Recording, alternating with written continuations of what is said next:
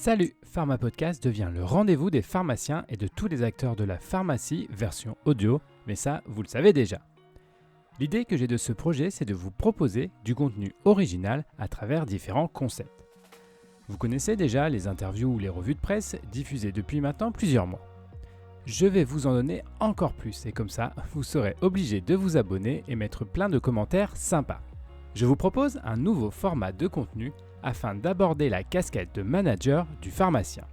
Car oui, quel que soit le mode d'exercice, le pharmacien se retrouve bien souvent propulsé à la tête d'une équipe. Pas facile alors d'appliquer les concepts du management sans faire de fausses notes.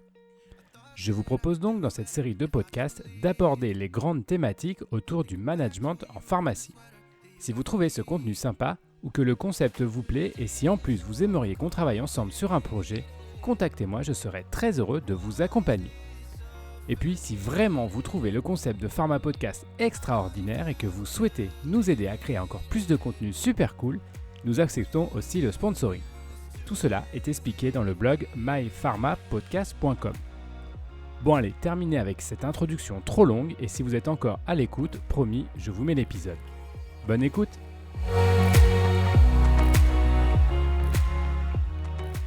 Le management par objectif, comment l'appliquer dans le domaine de la santé?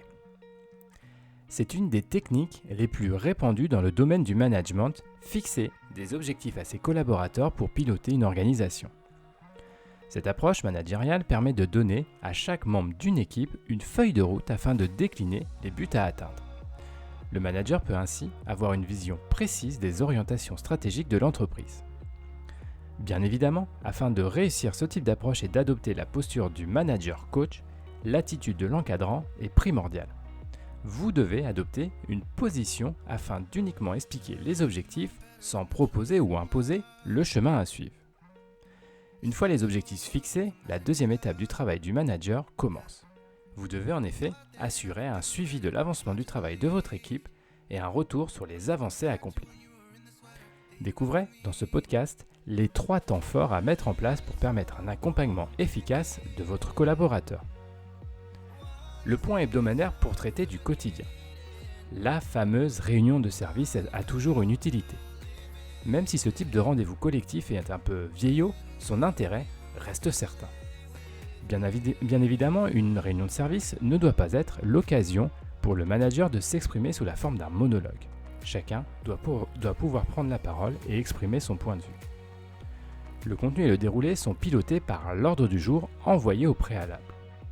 La réunion de service doit également permettre de prendre des décisions et de les acter collectivement.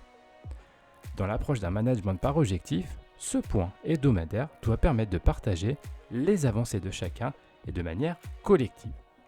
Cela permet au sein d'une équipe de pouvoir avoir une vision globale du process. Le point mensuel pour définir la feuille de route. Généralement, en tête-à-tête, ce rendez-vous permet de construire dans un premier temps la feuille de route initiale d'un management par objectif. Le collaborateur prend connaissance des objectifs envisagés dans le cadre de son action. Le manager doit alors s'abstenir de tout conseil et autres propositions de résolution des difficultés rencontrées. Je sais que cette attitude est difficile pour un pharmacien, mais vous devez résister. La feuille de route peut être également formalisée sous la forme d'un document accessible par les deux parties. Ce tableau de suivi permet à chacun d'avoir une ligne directrice dans son action.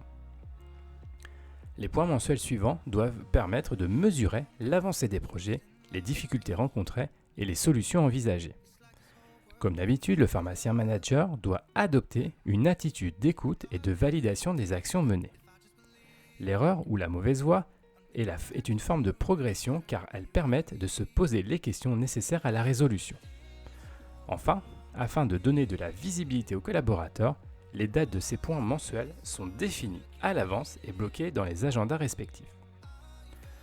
Le point trimestriel pour valider les objectifs. Sûrement le moment redouté par les membres d'une équipe. Cette forme adaptée à l'entreprise de conseil de classe permet de valider les objectifs fixés. Ce temps d'échange ne doit pas être un moment de simple coaching d'une grille d'objectifs.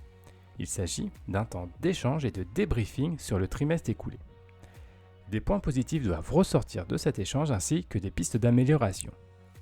Même si le management par objectif est une approche ancienne, son utilisation est encore répandue à juste titre dans le monde de l'entreprise.